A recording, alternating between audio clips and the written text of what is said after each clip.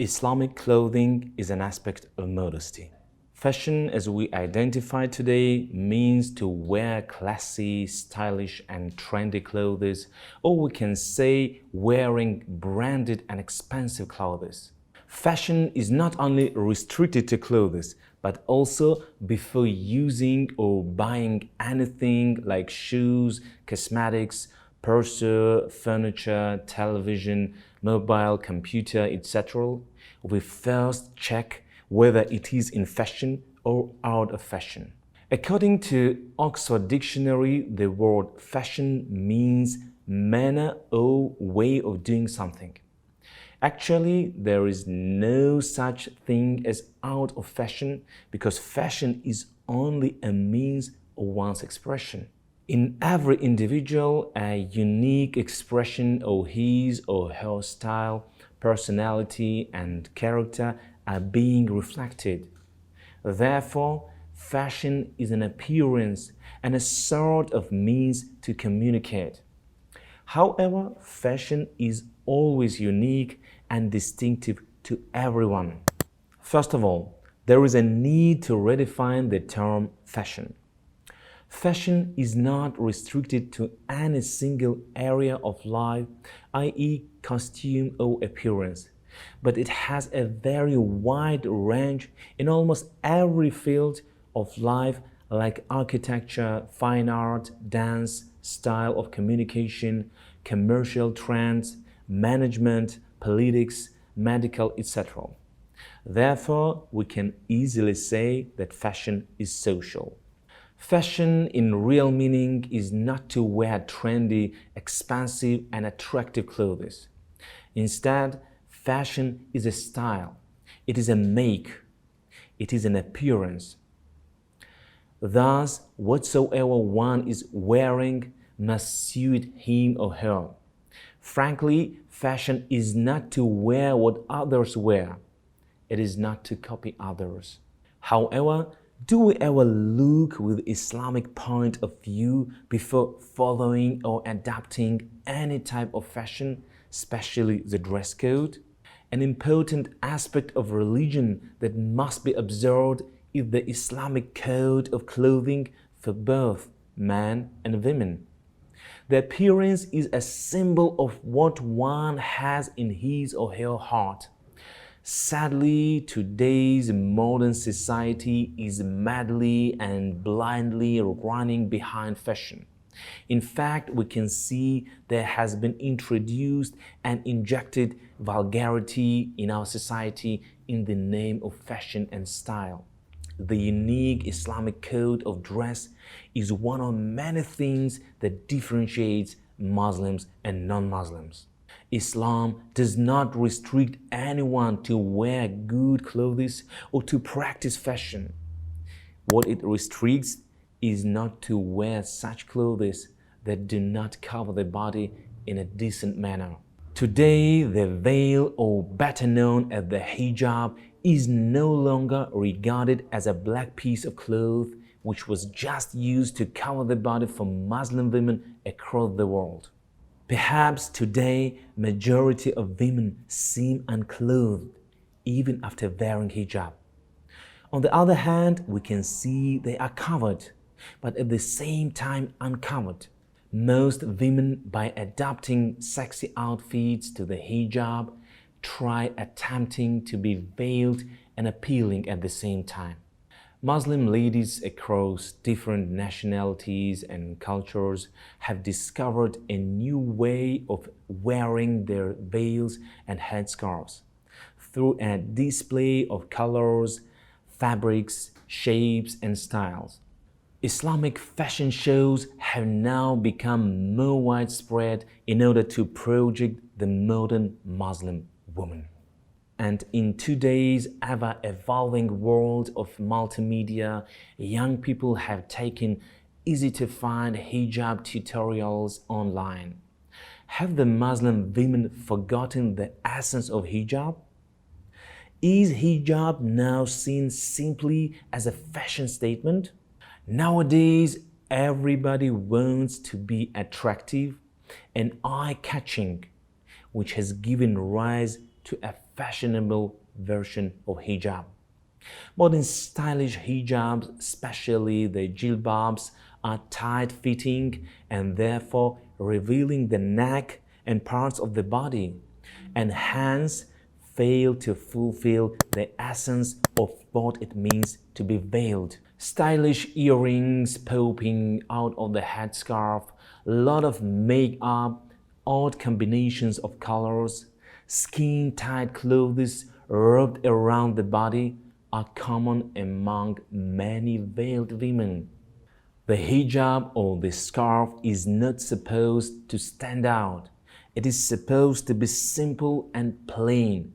But nowadays, hijabs and scarves are layered with colorful bands and a lot of stone work on it to make it different, stylish, attractive, and to match the latest fashion. In fact, hijab itself does not mean a specific thing. Perhaps the hijab style does. Hijab is not a sign of religiosity anymore. Unfortunately, it has become a fashion to copy the Khaliji hijab style, women layering their scarves, using hair clips to create big camel hump in order to create more attraction to their looks. Not only had the headscarf become a fashion statement for youth, but the niqab has as well. It has all of a sudden turned into bright pinks and blues with smoky eyeshadows, high heels which attract unwanted attention with the noise they make and the way they make the hips sway. Furthermore, they give the illusion of greater height than what is natural. All these done just to follow or to be in fashion. Our Prophet, peace and blessings be upon him, said, "Whoever bears arms against us is not one of us, and whoever cheats us is not one of us." If we think positively, we all know that such stylish, colorful, and so-called trendy clothes in fact do not suit the Islamic code of dressing, but is a symbol to make oneself different from others. Islam allows fashion, but within certain limits and provisions. Those women who wear transparent or tight-fitting clothes should reflect our Prophet's peace and blessings be upon him remark that such women are in fact uncovered, and they will not even smell the fragrance of paradise. Even if transparent and knitted scarves are worn to display hair deliberately is not allowed in Islam.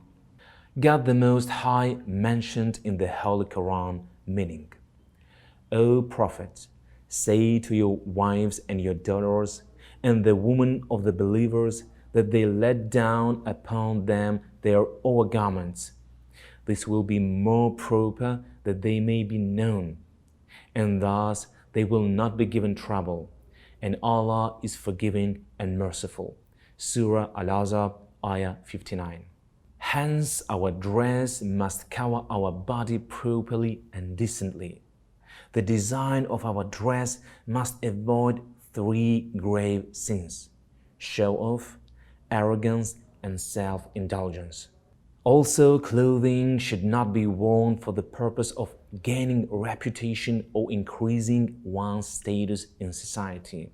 Ibn Abbas, may God be pleased with him, said, "Eat what you like and wear what you like as, but avoid two things: extravagance and arrogance." Islam inspires people to be proud of who they are. Muslims should look like Muslims and not like mere imitations of people of other faith around them.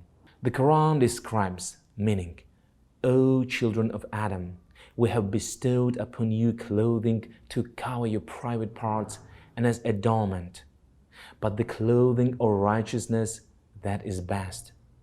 That is from the signs of Allah that perhaps they will remember."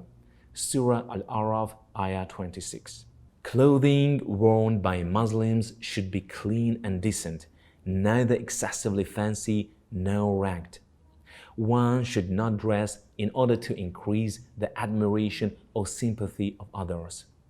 The overall appearance of a person should be dignified and modest. Our clothes should cover the body adequately with dignity and good looks. It should not fail to satisfy the requirements of adequate cover-up of the body. Nor should they be so ugly and awkward that instead of increasing beauty, it grades the person's appearance. It is a personal choice to submit to God rather than the fashion of society. It is a choice to be beautiful in front of God rather than to people. And it is a choice to cover and dignify the body God has blessed us with rather than giving to culture that shows women only to be a sex object. However, Islamic clothing is just one aspect of modesty. Most significantly, one must be modest in behavior, manners, speech, and appearance in public. Outfit is only one aspect of the total being and merely reflects what is existing in individual's heart. However, hijab should not just be seen as a cloth one puts on herself. Fairly, hijab is a symbol of worship and subjection to the Creator. It is a symbol of modesty, which is not just about our attire. It lightens to our whole way and manner of life. An additional piece of cloth will not be more favorable to the Almighty than what is in one's heart and mind. Clothes should be considered a great bounty of God, and one should wear them properly and decently, and always express thanks to the Almighty. Thus, we should wear clothes according to the Islamic code of dressing and to please the Most High. It will assume a degree of worship and lean to the nearness of God. And only God gives divine guidance, and He is the true helper.